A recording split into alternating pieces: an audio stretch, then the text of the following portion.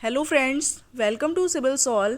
Previous lecture में आपने tension members के बारे में काफ़ी कुछ पढ़ लिया, कॉन्सेप्ट्स क्या हैं, डेफिनेशंस है।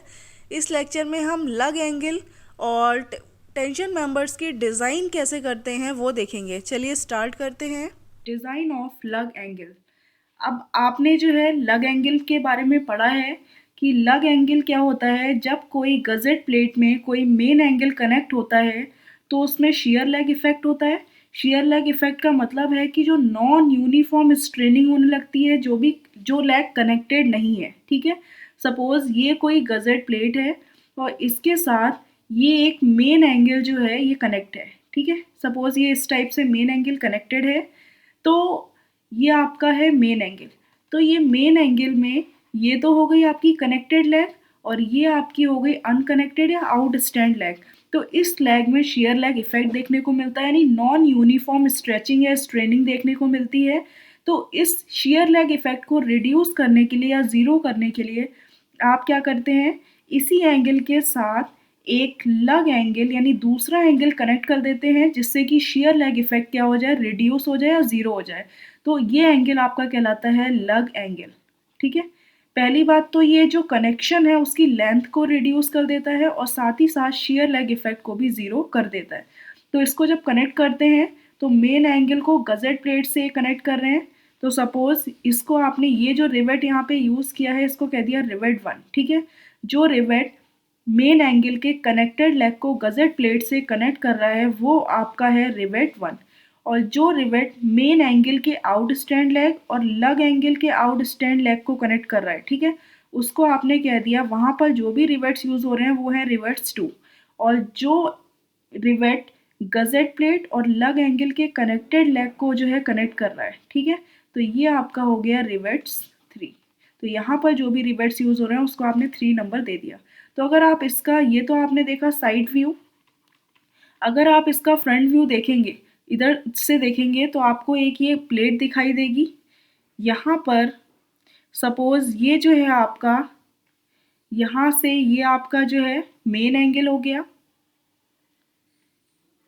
इस टाइप से जो है आपको एक मेन एंगल दिखाई देगा और यहाँ पर ये आपका हो गया मेन एंगल। ठीक है, इसके साथ ही आप देख रहे हैं कि एक ये जो है लग एंगल कनेक्टेड है, यानी कि लग एंगल जो है कुछ इस टाइप से रहेगा।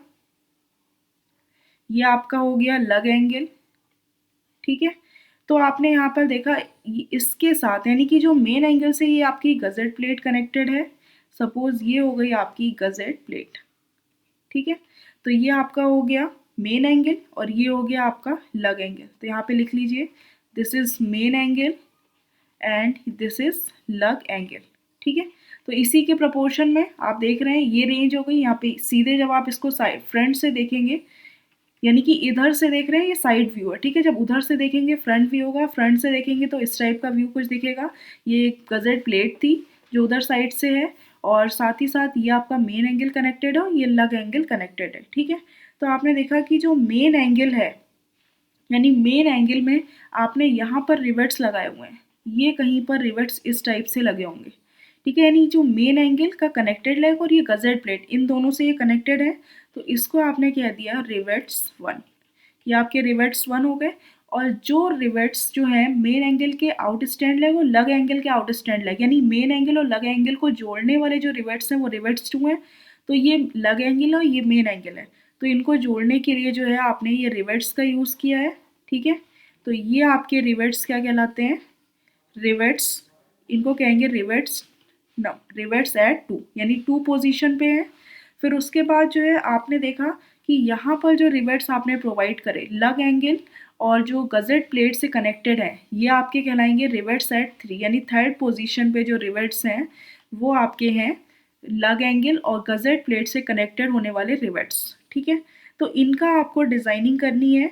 तो आपको बस इतना ध्यान रखना है कि लग एंगल की डिज़ाइनिंग बेसिकली होती क्या है, इसमें जो है आप नंबर ऑफ रिवेट्स फाइंड करते हैं लोकेशन 1 पर, लोकेशन 2 पर, लोकेशन 3 पर। और आप लग एंगल का साइज फिक्स करते हैं।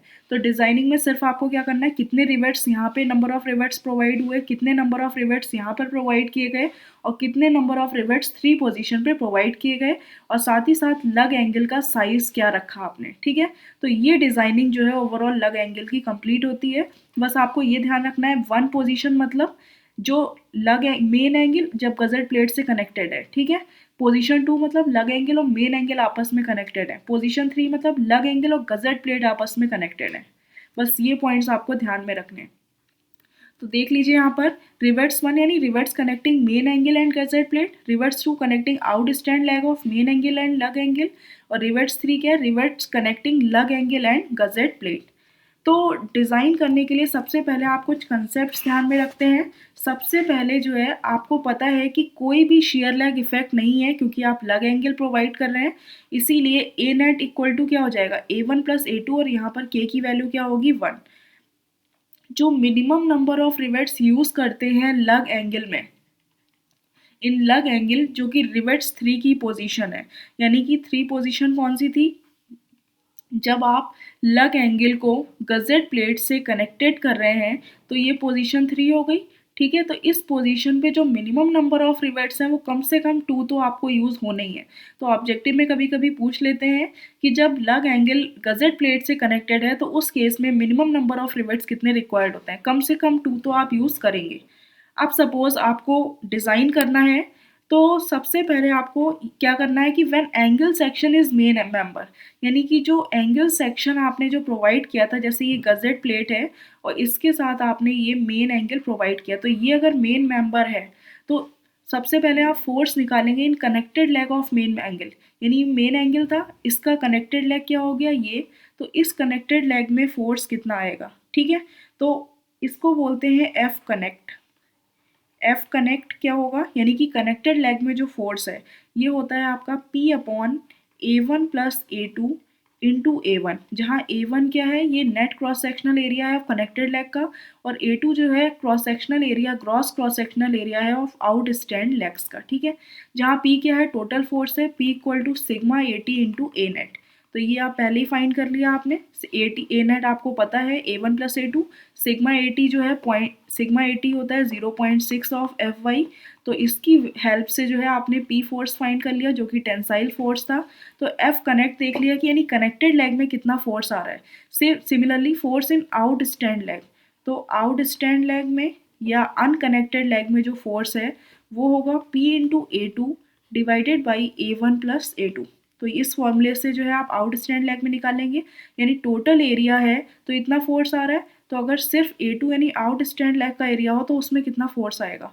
ठीक है, डिज़ाइन फोर्स फॉर लग एंगल, लग एंगल के लिए जो डिज़ाइन फोर्स रिक्वायर्ड होता है वो होता है 1.2 times of F out stand, यानी जो आउट स्टैंड लेग में फोर्स है उसका 20% इंक्रीज कर देते हैं तो वो लग एंगल के लिए डिज़ाइन फोर्स बन जाता है। अब निकालना है number of rivets at 1 position, यानी N1 की वैल्यू फाइंड करनी है। तो N1 क्या होता है, N1 वो होता है number of rivets at position 1 जो कि गजेट प्लेट और मेन एंगल से कनेक्टेड है। तो यहाँ पर कितने नंबर ऑफ रिवेट्स फाइंड करने हैं, तो इसका फॉर्मूला होता है F connect divided by R V, यानी एक रिवेट की कितनी वैल्यू है स्ट्रेंथ और टोटल फोर्स से अगर डिवाइड कर देंगे तो नंबर ऑफ रिवेट्स आ जाएंगे। Number of rivets at position 2, यानी कि जो लग एंगल और मेन एंगल जब कनेक्टेड है तो वो पोजीशन 2 हो गई, तो उस केस में जो ओवरऑल फोर्स आएगा, नंबर ऑफ रिवेट्स आएंगे वो होंगे 1.4 times of F out stand divided by rivet value, और N3 होता है कि 1.2 times of F out stand divided by R B. तो ये ओवरऑल टोटल डिज़ाइन जो है लग एंगल की कंप्लीट हो जाती है। एक न्यूमेरिकल देख लीजिए, एन आई एस ए 100/75/10, ये इंडियन स्टैंडर्ड एंगल है, साइज गिवन है, is used as a tension member. इसको as a tension member use किया गया है with longer leg connected to 10 mm thick gusset plate. 10 mm thick gusset plate से longer leg जो है यानी 100 mm की जो लेग है वो कनेक्टेड है। Connection is made with the help of लग एंगल, और कनेक्शन को लग एंगल की हेल्प से बनाया गया है। डिज़ाइन करना है आपको connection and sketch the rivets. ठीक है, यूज किया गया है 20 mm diameter rivets. Take F T यानी कि परमिसिबल स्ट्रेसेस जो टेंशन में गिवन है वैल्यू 150 MPa, इन बियरिंग जो है वो 300 MPa और शेयरिंग में जो है परमिसिबल स्ट्रेस की वैल्यू 100 MPa गिवन है। सेक्शंस जो हैं लग एरिया के लिए अवेलेबल हैं ये, ठीक है। तो आपको ओवरऑल लग एंगल की डिज़ाइन करनी है। तो सबसे पहले आपको क्या देखना है कि सपोज ये गजेट प्लेट है और इस गजेट प्लेट से जो है एक मेन एंगल कनेक्टेड है। हमेशा ध्यान रखिएगा, अगर क्वेश्चन में ये मेंशन नहीं है कि लॉन्गर लेग कनेक्टेड है गजेट प्लेट से, तो हमेशा गजेट प्लेट से आप लॉन्गर लेग को ही कनेक्ट करेंगे हम ऑलवेज, क्योंकि जो लॉन्गर लेग होती है वो टेंशन को ईजिली ट्रांसफ़र कर देती है, यानी ट्रांसफ़र करने में बहुत ज़्यादा इफेक्टिव होती है, इसीलिए आप हमेशा लॉन्गर लेग को ही गजेट प्लेट से कनेक्ट करते हैं, ठीक है। तो ये आपका मेन एंगल हो गया। साथ ही में यहाँ पर जो है आपने लग एंगल प्रोवाइड किया गया है। तो जो मेन एंगल और गजेट प्लेट को कनेक्ट करते हैं वो रिवेट्स क्या हो गए एट पोजीशन 1, यानी रिवेट्स 1 की पोजीशन हो गई। फिर जो लग एंगल और मेन एंगल को कनेक्ट करने वाले रिवेट्स हैं वो रिवेट्स 2 की पोजीशन हो गई। और जो लग एंगल और गजेट प्लेट को कनेक्ट करते हैं रिवेट्स, वो रिवेट्स 3 पोजीशन पे आ गए, ठीक है। तो अगर आप इनका डायग्राम देखें तो फ्रंट व्यू कुछ इस टाइप का दिखेगा कि सपोज ये आपका जो है मेन एंगल है, ठीक है। ये मेन एंगल कनेक्टेड है, इसमें पी टेंशन फोर्स एक्ट कर रहा है। साथ ही साथ जो है ये आपका लग एंगल कनेक्टेड है, ठीक है। और यहाँ पर ये जो है आपकी गजेट प्लेट कुछ इस टाइप से कनेक्टेड है। तो आपको पता है कि यहाँ पर जो भी आप इस लेवल पर जो भी आप रिवेट्स प्रोवाइड करेंगे, यानी कि यहाँ पर तो ये क्या हो गया रिवेट्स एट पोजीशन 1, यानी 1 पोजीशन पे रिवेट्स हो गए। लग एंगल और मेन एंगल को कनेक्ट करने वाले जो रिवेट्स हैं वो रिवेट्स आपके क्या होंगे रिवेट्स एट पोजीशन 2, और जो लग एंगल और गजेट प्लेट को कनेक्ट करने वाले रिवेट्स हैं वो होंगे रिवेट्स एट पोजीशन 3, ठीक है। तो ये बेसिकली डिज़ाइन है। ये आपकी 10 mm थिक गजेट प्लेट है जो कि इन एंगल से कनेक्टेड है। अब आपको डिज़ाइन करना है तो सबसे पहले आप क्या करेंगे ए नेट की वैल्यू फाइंड करेंगे। आपको 100/75/10 जो है गिवन है, यानी ये लेंथ कितनी हो गई 100 mm, ठीक है। यहाँ तक की यहाँ से यहाँ तक की लेंथ 75 mm और ये थिकनेस जो है आपकी 10 mm गिवन है। तो सबसे पहले डिज़ाइन में क्या करेंगे फर्स्टली ए नेट की वैल्यू फाइंड करनी है। तो ए नेट इक्वल टू होता क्या है A1 + A2, और मेन एंगल जो है आपका सेक्शन सपोज ये आपका मेन एंगल है, ठीक है। तो मेन एंगल में ये लेंथ जो है गजेट प्लेट से कनेक्टेड है क्या है 100 mm, और यहाँ से यहाँ तक जो है ये आउट स्टैंड लेग की लेंथ है 75 mm, और ये जो थिकनेस है ये आपकी है 10 mm, ठीक है। तो सबसे पहले आपको A1 की वैल्यू फाइंड करनी है। तो A1 पता है यहाँ पर जो मेन एंगल से क्या होगा ये रिवेट कनेक्टेड होगा, यानी नेट एरिया A1 होता है, net cross sectional area.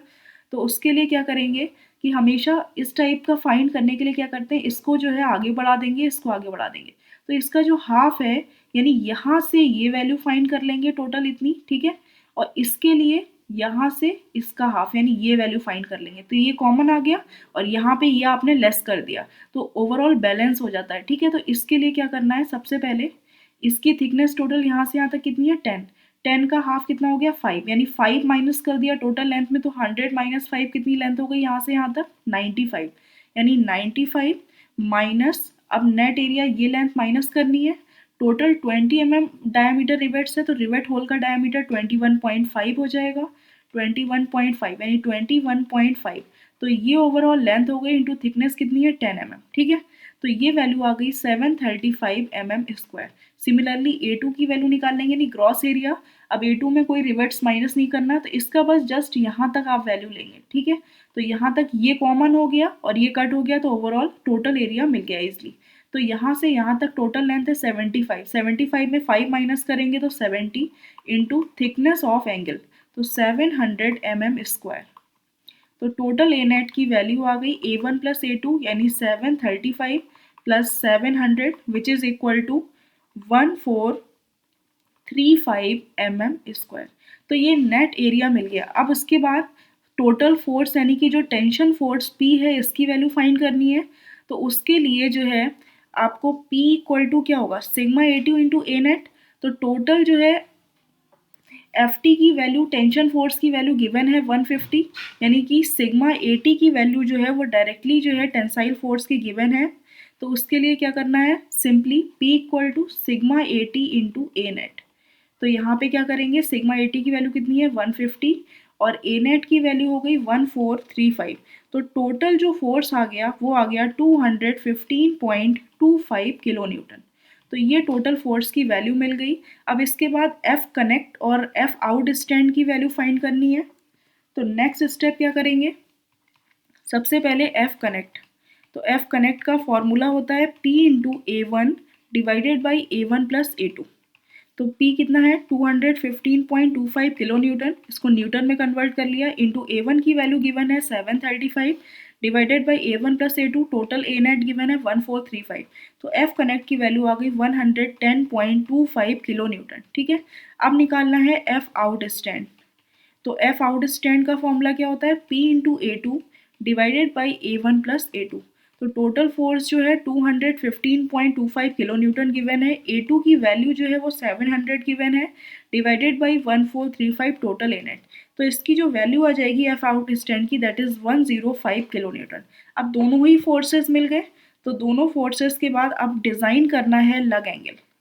Design लग एंगल, तो इसके लिए क्या करना है, लग डिज़ाइन का मतलब है लग एंगल साइज डिज़ाइन करना है और N1 N2 और N3 की वैल्यू फाइंड करनी है। ठीक है, तो N1 N2 N3 की वैल्यू है number of rivets at position 1, number of rivets at position 2 और number of rivets at position 3। तो ये अलग अलग पोजीशंस पे नंबर ऑफ रिवेट्स फाइंड करने हैं और लग एंगल का साइज डिफाइन करना है। तो सबसे पहले आपको फाइंड करना है साइज ऑफ लग एंगल। तो जो है ऑप्शंस में 3 गिवन है, यानी 3 ऑप्शंस गिवन है। पहला जो सेक्शन गिवन है लग एंगल के लिए वो है ISA 60/60/8, जहाँ पे ग्रॉस एरिया AG की वैल्यू है 896 mm²। तो ये साइज भी चूज कर सकते हैं। नेक्स्ट जो है 60/60/10 का गिवन है, जहाँ पर ग्रॉस एरिया 1100 mm² गिवन है। थर्ड जो सेक्शन ऑप्शन में है 70/70/8, जहाँ पर टोटल ग्रॉस एरिया है 1200 mm²। तो अब ये देखना है कि इसमें कौन सा एंगल लग एंगल के लिए चूज करना है। तो सबसे पहले फोर्स निकाल लें, यानी कि जो डिज़ाइन फोर्स है फॉर लग एंगल। तो डिज़ाइन फोर्स जो क्या होता है लग एंगल के लिए, फॉर लग एंगल, तो ये फॉर्मूला होता है 1.2 times of F out stand. तो टोटल फोर्स कितना है 1.2 इंटू F आउट स्टैंड की वैल्यू है 105 किलो न्यूटन। तो ये जो है टोटल फोर्स आ गया इतना किलो न्यूटन। तो अब जो है ए नेट रिक्वायर्ड निकाल सकते हैं, कितना जो है ए नेट की वैल्यू रिक्वायर्ड है फॉर लग एंगल।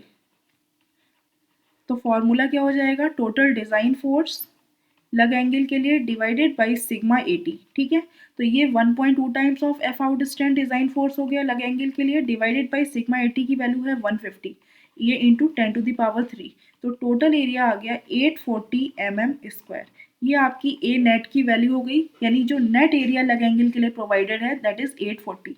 अब यहाँ से चूज कर सकते हैं कि कौन सा एरिया ज़्यादा है, यानी कि 896 840 से ज़्यादा है, तो ये इजीली चूज कर सकते हैं क्योंकि इस एंगल में लग एंगल में जो एरिया है वो ज़्यादा प्रोवाइडेड है। तो सपोज अगर ये एंगल चूज किया तो इससे आप चेक कर सकते हैं कि सपोज सेलेक्ट ISA 60/60/8। ठीक है, ये चूज कर लिया। तो ये अगर आप देखें तो इस टाइप का सेक्शन ये लग एंगल है। ठीक है, तो जहाँ पर ये साइज कितना है, ये लेंथ है 60 टोटल, यहाँ तक की ये लेंथ है 60 और ये थिकनेस कितनी है 8। तो इसके लिए जो है ए नेट अवेलेबल कितना है वो फाइंड कर लें। ये तो gross area A net AG यानी ग्रॉस एरिया गिवन है क्वेश्चन में कितना 896 mm²। तो ए नेट कैसे निकालेंगे, gross area minus area of rivet hole. अगर रिवेट होल का एरिया जो है ये माइनस नहीं किया था, ये माइनस कर दें तो ग्रॉस एरिया में से टोटल नेट अवेलेबल एरिया आ जाएगा। ग्रॉस एरिया है 896 minus area of rivet hole, तो ये लेंथ कितनी है 21.5 डायमीटर है, 21.5 इंटू थिकनेस ऑफ एंगल, तो ये ओवरऑल वैल्यू आ जाएगी 724। तो ये वैल्यू जो अवेलेबल है वो प्रोवाइडेड से 840 mm² यानी रिक्वायर्ड से वैल्यू कम आ गई। इसका मतलब है ये जो लग एंगल के लिए क्या हो गया, ये एंगल अनसेफ हो गया। तो आप सेलेक्ट कर लीजिए नेक्स्ट वाला। सो सेलेक्ट ISA 60/60/10। सेकेंड जो है लग एंगल सेलेक्ट किया तो उसके लिए जो ग्रॉस एरिया की वैल्यू है वो है 1100 mm²। तो यहाँ पे देख लें ए नेट अवेलेबल कितना है, gross area minus area of rivet hole, area of rivet hole. ठीक है, तो टोटल एरिया ग्रॉस एरिया है 1100 mm² minus area of rivet hole 21.5 into 8 into 10। तो ये ओवरऑल क्योंकि यहाँ पे 10 mm थिकनेस है, ठीक है, तो इसको जब सॉल्व करेंगे टोटल एरिया जो है नेट मिल जाएगा 885 mm², जो कि अवेलेबल एरिया जो है रिक्वायर्ड एरिया से क्या है ज़्यादा है। इसका मतलब है कि जो फाइनल एंगल आपने सेलेक्ट कर लिया दैट इज ISA 60/60/10, इसका मतलब है ये सेफ है। सो लग एंगल साइज क्या हो गया, ISA 60/60/10। अब साइज फिक्स हो गया, अब नंबर ऑफ रिवेट्स फाइंड करने हैं लोकेशन 1, 2 एंड 3 पर। तो उसके लिए सबसे पहले रिवेट वैल्यू फाइंड करनी पड़ेगी। तो रिवेट वैल्यू फाइंड करने के लिए फॉर्मूला क्या है, PS इक्वल टू PS और PB में जो भी वैल्यू लेस होगी वो रिवेट वैल्यू हो जाएगी। PS equal to FS into π/4 into D², यानी π/4 इंटू D² इंटू FS। तो ये वैल्यू 100 क्वेश्चन में गिवन है π/4 इंटू 21.5²। तो यहाँ पे जो शेयरिंग स्ट्रेंथ है रिवेट की वो आ जाएगी 36.28 kilo newton. Similarly bearing strength of rivet find कर लीजिए, D into T into FB। तो D की वैल्यू है 21.5, थिकनेस जो है वो 10 mm गिवन है और FB की वैल्यू है 300, तो 64.5 किलो न्यूटन। तो इनमें से जो वैल्यू लेस है वो रिवेट वैल्यू हो जाएगी, तो RV इक्वल टू हो जाएगा 36.28 किलो न्यूटन। ठीक है, तो यहाँ से RV की वैल्यू मिल गई, तो आप नंबर ऑफ रिवेट्स फाइंड कर सकते हैं, यानी N1 की वैल्यू। तो N1 इक्वल टू क्या होता है, F connect divided by RV। तो F कनेक्ट की वैल्यू क्वेश्चन में गिवन है 110.25 किलो न्यूटन डिवाइडेड बाई 36.28। तो ये वैल्यू अप्रॉक्स आ जाएगी 3.03, यानी कि आप यहाँ पे 4 रिवेट्स प्रोवाइड कर सकते हैं। सिमिलरली N2 की वैल्यू क्या होती है, 1.4 times of F out stand divided by RB। तो F out stand 1.4, F out stand की वैल्यू है 105 डिवाइडेड बाई 36.28। तो ये वैल्यू अप्रॉक्स 4.05 आ जाएगी, यानी यहाँ पे 5 रिवेट्स जो है रिक्वायर्ड है। सिमिलरली N3 यानी number of rivets at position 3, तो इसके लिए जो फॉर्मूला लगेगा 1.2 times of F out stand divided by RV। तो फाइनली यहाँ पे F आउट स्टैंड की वैल्यू है 105 और RV की वैल्यू है 36.28। तो यहाँ पर जो है 3.47 अप्रॉक्स रिवेट्स आ जाएंगे, यानी कि यहाँ पर आप 4 रिवेट्स जो है प्रोवाइड कर सकते हैं। तो ये ओवरऑल डिज़ाइन कंप्लीट हो जाती है। अब इसके बाद जो है स्केच ऑफ रिवेट फाइंड करना है। स्केच ऑफ रिवेट्स मतलब है कि टोटल पिच कितनी है और एज डिस्टेंसेस कितनी प्रोवाइड कर रहे हैं। तो मिनिमम पिच जो है वो भी फाइंड करनी है। तो P इक्वल टू क्या होता है 2.55, यानी कि 2.5 diameter of rivet. Diameter of rivet question में गिवन है 20, तो पिच कितनी हो गई 50 mm। ठीक है, अब जो है एज डिस्टेंस फाइंड करनी है। एज डिस्टेंस क्या होती है 1.5 times of diameter of rivet hole. तो 1.5 इंटू 21.5 यानी 32.25। तो सपोज आपने 35 mm जो है वो एंड और एज डिस्टेंस प्रोवाइड कर दी। तो फाइनली यहाँ से आप निकाल सकते हैं लेंथ ऑफ लग एंगल। तो लेंथ ऑफ लग एंगल कैसे फाइंड करेंगे, पोजीशन पे लग एंगल गजेट प्लेट से कनेक्टेड है, यानी 4 रिवेट्स कनेक्टेड है। तो यहाँ पे 4 इंटू पिच कितनी है 50, तो ये तो हो गई plus 2 times of edge distance या एंड डिस्टेंस कितनी है 35। तो इसको जब सॉल्व करेंगे टोटल कितना आ जाएगा 270 mm। ये हो गई लेंथ ऑफ लग एंगल। तो ये ओवरऑल लग एंगल की डिज़ाइन जो है वो कंप्लीट हो जाती है। अब नेक्स्ट टॉपिक आता है steps for designing of tension member. Tension member की डिज़ाइन करने के लिए क्या क्या स्टेप्स हैं उनको फॉलो करना है। डिज़ाइन का मतलब है कि P और सिग्मा AT जो है गिवन है, आपको साइज ऑफ एंगल जो है वो फिक्स करना है, यानी कि जो टेंशन मेंबर का साइज है एंगल का वो आपको फिक्स करना है, यानी डिज़ाइन बताना है कि क्या साइज आप प्रोवाइड करेंगे। तो प्रोसीजर क्या होता है, सबसे पहले P और सिग्मा AT की वैल्यू गिवन है, तो कितना A नेट रिक्वायर्ड है वो आपने फाइंड कर लिया। इसको जो है इंक्रीज कर दिया 40 to 50% to get AG required, यानी ग्रॉस एरिया फाइंड करने के लिए ग्रॉस एरिया कितना रिक्वायर्ड है तो उसको नेट एरिया को 40 to 50% अप्रॉक्सीमेटली बढ़ा दिया।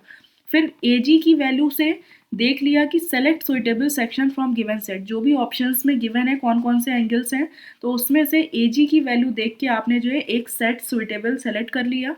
उसके बाद उसकी जो सेलेक्ट किया है उससे आपने ए नेट की वैल्यू फाइंड कर ली। जब ए नेट की वैल्यू फाइंड करी तो ये देखा कि जो ए नेट प्रोवाइड कर रहे हैं वो ए नेट रिक्वायर्ड से ज़्यादा है। अगर ये प्रोवाइड कर रहे हैं आप ज़्यादा एरिया, इसका मतलब है डिज़ाइन सेफ है। फिर आपने स्लेंडरनेस रेशियो के लिए चेक कर लिया। एक क्वेश्चन के थ्रू देख लीजिए कि design a single angle tension member for a roof truss to carry an axial pull of 100 kilo newton, यानी कि जो एक्सियल पुल की वैल्यू है P की वो 100 किलो न्यूटन गिवन है। The member is subjected to possible reversal of stresses, यानी reversal of stresses जो हैं वो पॉसिबल हैं due to action of wind. The length of the member between the connection, जो कनेक्शन के बीच लेंथ ऑफ मेंबर है दैट इज 3.5 मीटर। Fy की वैल्यू जो है वो क्वेश्चन में गिवन है 260 MPa। अवेलेबल सेक्शंस जो हैं वो ये गिवन है ISA 75/50/8, जिसमें कि ओवरऑल ग्रॉस एरिया इतना है। RUU और RVV की वैल्यू जो है वो टोटल इतनी गिवन है। ISA ये है जिसमें कि ग्रॉस एरिया की वैल्यू ये है, ठीक है। RUU और RVV का मतलब होता है कि जो भी आपकी प्रिंसिपल एक्सेस हैं, जैसे कि सपोज ये एंगल सेक्शन है तो यहाँ पे इसका जो CG है ये है, ठीक है। तो इस CG से UU और VV यानी कि दो प्रिंसिपल एक्सेस कहलाती हैं UU और VV। तो वो एक्सेस प्रिंसिपल एक्सेस कहलाती हैं जो कि जिनका प्रोडक्ट ऑफ इनर्शिया अगर आप निकालें, इनका प्रोडक्ट निकालें वो 0 होता है सेंट्रॉइड के अबाउट, ठीक है। तो ये वैल्यू या तो इनमें से एक मैक्सिमम होगी एक मिनिमम होगी। तो RUU क्या है आपकी, ये मैक्सिमम वैल्यू है, और RVV क्या है जो रेडियस ऑफ जायरेशन है, और RVB जो है ये मिनिमम वैल्यू है 14, ठीक है। तब आपको ओवरऑल टेंशन मेंबर जो है वो डिज़ाइन करना है। तो सबसे पहला स्टेप क्या करेंगे कि ए नेट रिक्वायर्ड फाइंड करना है। ए नेट रिक्वायर्ड कितना है, तो ये फॉर्मूला होता है P/σ80। तो फोर्स जो है वो क्वेश्चन में गिवन है 100 किलो न्यूटन, तो 100 इंटू 10⁻³ न्यूटन, और σ80 क्या होता है 0.6 ऑफ Fy, और Fy की वैल्यू 260 MPa गिवन है, तो 260। तो फाइनली ये वैल्यू आ गई 641.02 mm²। अब आपको नेक्स्ट निकालना है AG रिक्वायर्ड। तो AG रिक्वायर्ड क्या होता है 40 to 50% अप्रॉक्स बढ़ा देते हैं। तो सपोज आपने 40% इंक्रीज कर दिया यानी कि 641.02 का, तो यहाँ पे आप डायरेक्टली लिख सकते हैं 1.40 इंटू 641.02, ठीक है।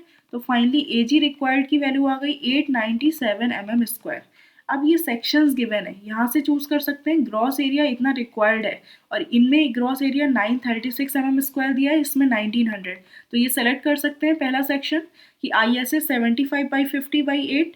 तो सपोज सेलेक्ट कर लिया थर्ड, यूज ISA 75/50/8, ठीक है। अब इसके बाद क्या करना है कि तो सबसे पहले ये चेक कर लें कि जो ए नेट प्रोवाइड किया गया है वो रिक्वायर्ड से ज़्यादा है या नहीं है, यानी कि जो भी आपने सेक्शन चूज़ किया है वो सेफ है या नहीं। तो सबसे पहले ए नेट प्रोवाइडेड क्या होगा, formula A1 plus K times of A2, ठीक है।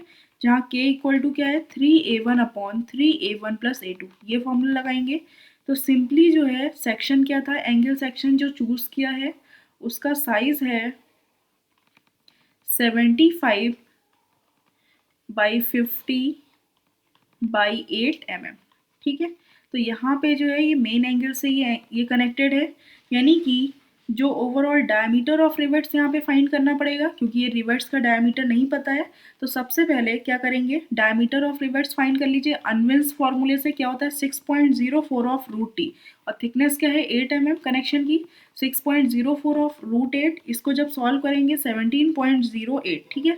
तो प्रोवाइड कर दिया फाई की वैल्यू 18 mm, और जो डायमीटर ऑफ रिवेट होल है वो क्या हो जाएगा 19.5 mm, यानी 1.5 ऐड कर दिया।